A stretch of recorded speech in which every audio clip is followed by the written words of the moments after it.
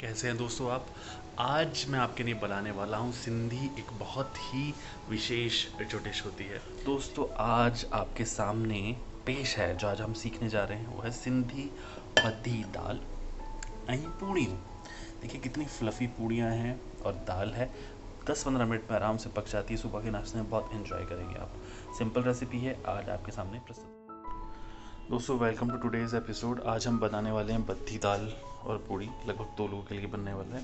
ये हमने दाल ले ली मूंग की धुली हुई, इसको हमने धो लिया था अच्छे से। इसमें हम डालेंगे थोड़ा सा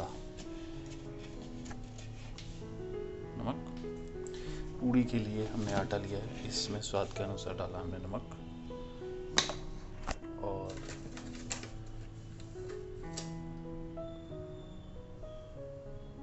एक चम्मच के लगभग सूजी और फिर डालेंगे मूंग की धुली तेल।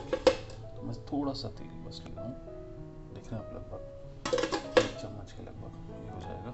2-3 बार डालेंगे तो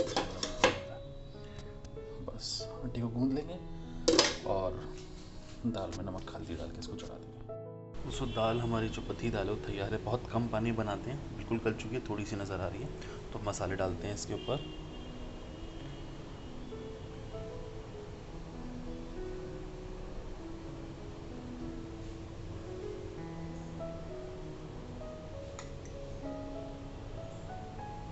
मिर्ची डाली हमने, थोड़ा सा हमारा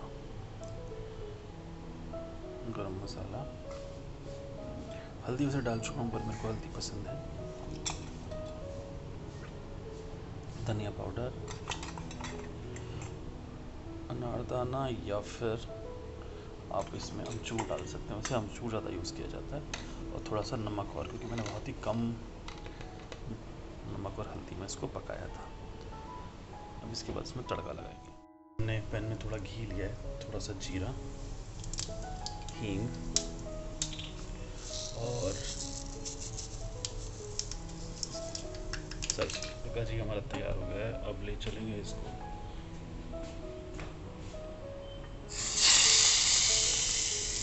जी साहब आपने लगाया और तुरंत उस पूड़ी के लिए एक पैन में मैंने तेल ले लिया, लगभग 100-200 ग्राम की कितना।